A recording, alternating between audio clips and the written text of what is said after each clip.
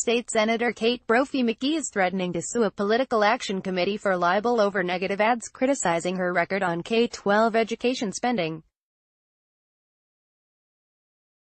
Her attorney disputes the group's claim that Brophy McGee has voted to cut a total of $1.2 billion from Arizona schools in her career as a legislator. The committee, Great Schools Now, disseminated the message via direct mail and digital ads. Brophy McGee is a former state representative who has represented Phoenix in Legislative District 28 in the state Senate since 2017. In an effort to defy Brophy McGee, on Tuesday, Great Schools Now published an October 19 cease and desist letter sent by her attorney Michael Liberty, who works for the law firm Greenberg Traurig, LLP. Until May, Liberty was general counsel to Arizona Governor Doug Ducey.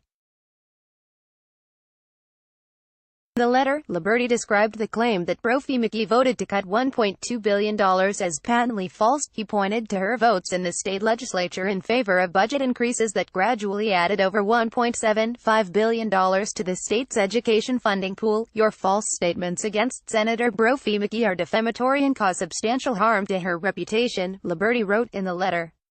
He demanded that Great Schools Now withdraw the digital advertising containing the statement. If you do not immediately cease and desist, Senator Brophy McGee intends to hold you fully liable for compensatory and punitive damages, Liberty wrote. In an interview on Tuesday, Great Schools Now treasurer Doug Kilgore said that the group has no plans to remove the ads.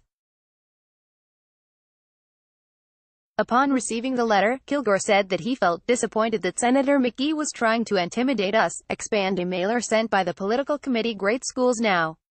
Great Schools Now, we were confident in our numbers, and we would much rather work with Senator McGee to look forward to how we're going to make up our funding deficit we have in this state, which is well documented, rather than trying to hide the facts, Kilgore said. Kilgore also serves as a lobbyist and organizational consultant to the Arizona Education Association. He said that the calculations by Brophy McGee's team are too generous to the lawmaker. The $1.75 billion figure cited by Liberty leaves out annual funding increases that merely account for the growth in Arizona's student population, he said.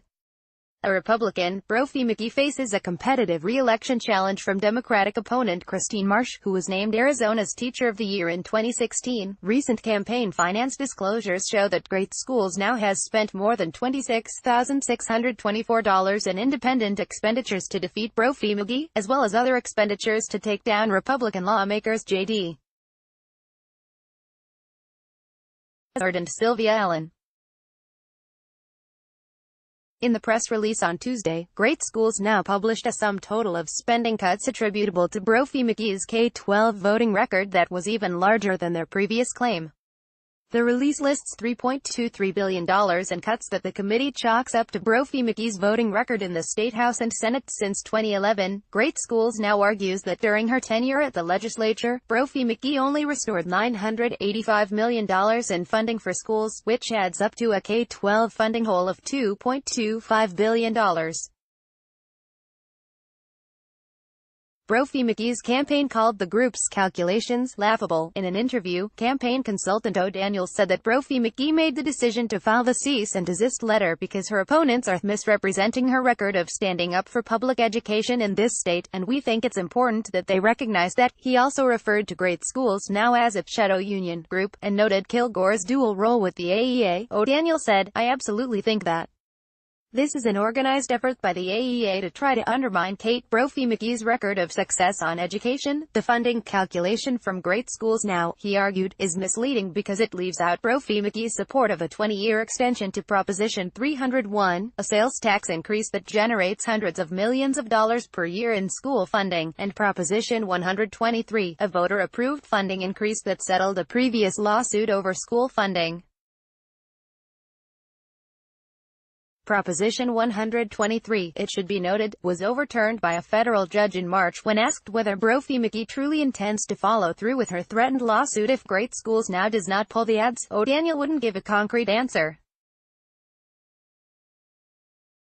Instead, he acknowledged that the fight will play out more in the court of public opinion. Read the public statement released by Great Schools Now on October 23 in response to the cease and desist letter from Brophy McGee's attorney. Great Schools Now __response_2 cease _and desist letter.pdf